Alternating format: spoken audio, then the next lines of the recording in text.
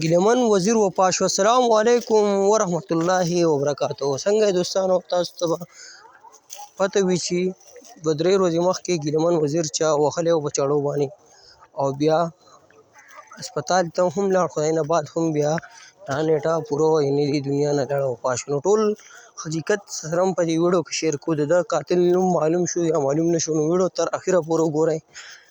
ټولو نه مخکې که چېرې تاسو زموږ چینل ته په لومړي ځل راغلي وئ، نو زموږ چینل د داسې قسمه ویډیوګانو دپاره ضرور سبسکرایب کړئ چې داسې معلوماتي ویډیوګانې تاسو ته په ټایم باندې میلاویږي. نو دوستانو، پنځه شپږ ورځې مخکې ګیلمن وزیر چې دی هغه چا په چاړو باندې ووهو، او بیا د هغې نه بعد دا یو خبر دا هم وه چې دی پکې په یو لرګي باندې یو غوزار لګېدلی دی.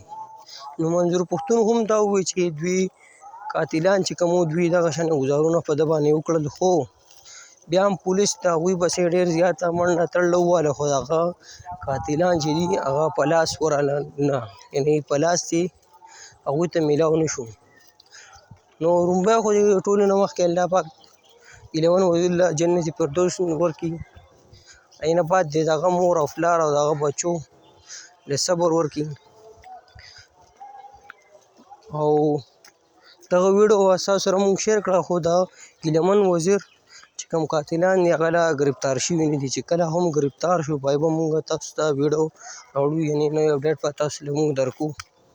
او دی خو دغه په چړو باندې هم وهلی شوی، یو ګوزار پکې په لرګي باندې هم لګېدلی و.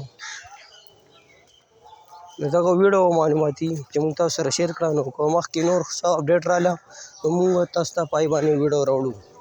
نو داسې قسمه ویډیوګانو دپاره زموږ چینل ضرور سبسکرایب کړئ چې داسې معلوماتي ویډیوګانې تاسو ته په ټایم باندې میلاویږي.